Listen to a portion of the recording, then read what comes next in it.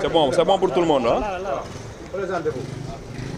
Alors, je me présente, c'est Papa Hassan Diop, porteur de voix ou même chargé de communication du collectif des agents d'Escaf Télécom.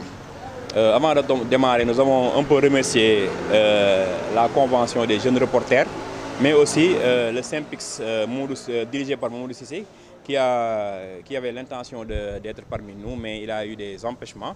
Nous allons démarrer ce discours du collectif des travailleurs d'Escaf Télécom. Mesdames et messieurs, les journalistes, chers partenaires sociaux, chers collègues, nous prenons aujourd'hui la parole avec gravité, mais aussi avec responsabilité pour dénoncer une situation devenue insupportable pour les travailleurs d'Escaf Télécom.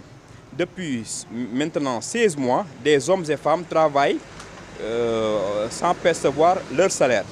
16 mois de souffrance, 16 mois de sacrifice et d'incertitude. 16 mois durant lesquels les familles entières ont été plongées dans une précarité extrême. Pendant tout ce temps, nous avons fait preuve de patience, nous avons privilégié le dialogue, nous avons attendu des réponses concrètes de la direction, mais malheureusement les engagements pris n'ont pas été respectés.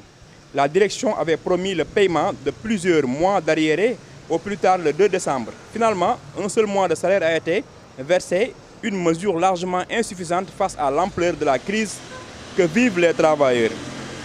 Aujourd'hui, nous refusons de continuer à souffrir dans le silence.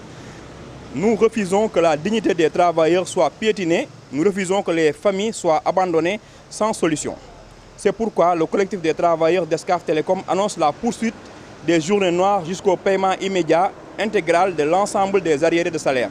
Nous lançons également un appel solennel aux autorités compétentes, aux syndicats et aux organisations de défense des droits de l'homme et des travailleurs.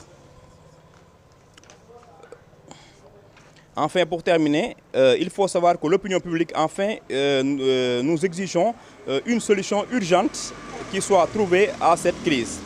Par ailleurs, le collectif informe qu'une grande conférence de presse se tiendra le 18. Aujourd'hui, cette rencontre va nous permettre en détail sur la situation des travailleurs, les engagements qui n'ont jamais été respectés, ainsi que les actions que le collectif compte mener pour recevoir son dû.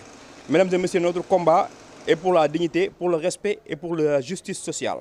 Nous resterons mobilisés, unis et déterminés jusqu'à la satisfaction totale de nos revendications légitimes.